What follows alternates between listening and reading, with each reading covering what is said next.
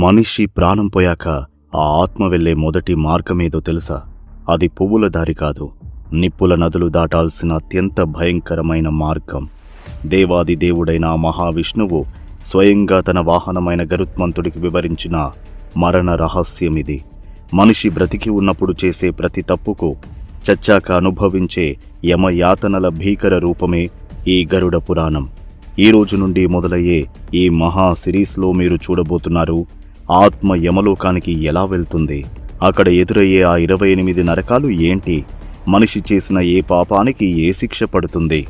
వింటేనే ఒళ్ళు గగురు పొడిచే భయంకర సత్యాలు ఈ సిరీసు సొంతం. ఈ ధర్మ సత్యాన్ని తెలుసుకోవడం ప్రతి ఒక్కరి బాధ్యత.